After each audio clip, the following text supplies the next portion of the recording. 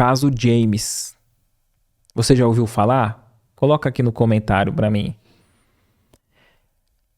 Em 1998, nasceu o pequeno James. E uma vida normal, ali os pais cuidando, um bebê comum. Numa noite, ele tinha por volta de 2 anos, ele começou a se bater no berço, ele já falava algumas coisas, e o pai correu ali no quarto, viu? Ele descreve que parecia ser uma cena do filme Exorcista. O menino falava: tô morrendo, tô morrendo. Meu avião tá pegando fogo. O pequeno homem não consegue sair. Tô morrendo, e se debatia, como se tivesse de fato morrendo ali no berço. Os pais assustados. O pai muito sábio. O pai muito cético também, mas agiu bem, pois ele deu corda ali para o que o menino falava. Ele falou: filho. Foi acalmando e seguiu durante outros dias, outras noites. O filho tinha umas lembranças, algumas coisas que ele falava. E esse avião pegando fogo, de quem é? Não é meu, eu tô dentro. Mas o que é esse avião? Foi abatido. Os japoneses me atingiram. Ele: os japoneses? Como você sabe que são os japoneses? Pelo grande sol na bandeira. E aí ele descreve a bandeira japonesa. Ele: tal. E foi pegando informação. E aí o pai falou: tá estranho isso. Muito cético. Não acreditava em reencarnação. Tinha uma outra visão. Ele pergunta: e esse avião saiu da onde? Aí ele descreve um navio, que era um navio de porta-aviões, né? E agora eu não vou me lembrar o nome. Namoto, algum nome assim é ele. Mas era japonês? Aí o filho: não, americano. Aí ele: nome estranho. O pai foi e pesquisou e viu que na Segunda Guerra Mundial tinha de fato um porta-aviões daquele nome. Então ele foi e pesquisou algumas informações. Ele viu qual foi a guerra, qual foi a batalha. De fato foi uma batalha com japoneses. E aí foi começando a ficar sério, né? Enfim, para resumir um pouco, ele disse o nome dele, que na outra existência também era James, e ele descreve o sobrenome. O pai pesquisa e vê que de fato morreu um jovem James naquela batalha. O filho tá brincando com os bonecos e a mãe, sem pensar em nada, né, sobre esse caso específico: qual que é o nome deles? Aí tem 3 bonecos, ele fala: Bob, Walter e Lino. Aí a mãe: nossa, ele falou tão certinho, rápido, e nome Walter para um boneco e tal. Aí o pai pesquisa e vê os 3 nomes de amigos do James que desencarnou na Segunda Guerra Mundial. Faziam parte do grupo de artilharia dele. E ele vê ali o Walter, o Lino e tal. E assim por diante, em algum momento, aí ele pergunta: mas por que você deu esses nomes? Não, antes de vir pra cá, eu tava com eles no céu. E o pai pesquisa e vê que eles desencarnaram primeiro que ele. E ficam intrigados, né? E passam a pesquisar por conta própria, fazer anotações. Uma hora no quintal, o pai fala: filho, eu te amo muito, viu? E tem um momento de carinho ali nas palavras. E o filho: eu também, pai. Eu sabia que vocês seriam bons pais quando eu escolhi vocês. O pai leva um choque, né? Você já imaginou o seu filho falar isso pra você, né?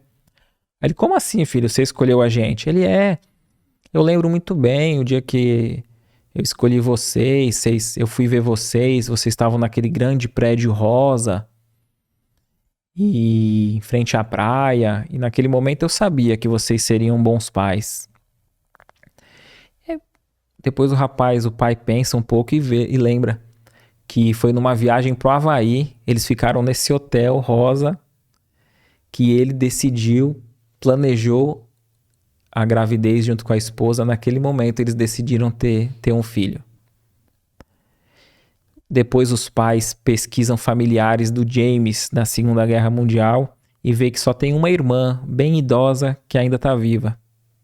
E eles levam o jovem, contatam, sempre com muito diálogo para que ele compreenda, levam para encontrar com a irmã, né? E ela não acredita muito, trata bem e tal. E o James fala sobre um desenho. Falei aquele desenho que a nossa outra mãe, né? A nossa mãe fez, meu e seu, que você guardou, né? Tal. E eu vou ver, não sei, não acredita muito. Depois ela manda o desenho. Ela pegou no sótão. E ninguém sabia dessa história. Um desenho que a própria mãe fez à mão ali deles. E tem muitos outros casos e fatos desse relato. Depois, conforme esse jovem vai crescendo, ele não se lembra mais dessa outra existência e passa a ter uma vida comum, fala abertamente. A família passa a compreender a reencarnação. E para quem quiser pesquisar também, um psiquiatra dedicou a sua vida toda a esses casos de reencarnação. O nome dele é Ian Stevenson. Se eu não me engano, ele desencarnou em 2007. E ele registrou mais de 3.000 casos com essas histórias de reencarnação. E ele identifica que a criança, o jovem, lembra da desencarnação passada. E muitos, olha que interessante, muitos daqueles que desencarnou trazem no corpo da outra existência, da existência atual, uma marca de nascença que geralmente é a ferida, o local da ferida do desencarne da anterior. Não sei se eu soube explicar, né? Então, aquilo que fez ele desencarnar em outra existência vem com a marca de nascença no mesmo local na existência atual. Tem o caso de uma menina indiana que lembra totalmente da família. Fala, minha família mora em tal cidade, lá eu tenho uma filha, e eu tenho uma outra mãe que fala o nome, mas já desencarnou, tenho uma filha, eu sei onde eu morava, e agora eu tô aqui com vocês.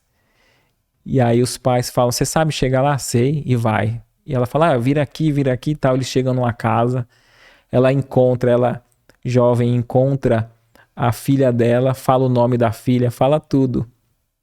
Então isso tudo são casos relatados, né? Como comprovar a reencarnação se não analisando essas questões, né? E fica aí para quem quiser pesquisar, estudar um pouco mais, é bem interessante. Um outro jovem também tem medo de prédio alto, desenha 2 torres, um avião batendo, e a mãe começa a associar. O que é isso? Não, foi ali que eu me machuquei antes de vir para cá. E começa a descrever. Ele foi uma vítima daquele atentado do 11 de setembro. Ele fala que viu o avião vindo, viu caindo.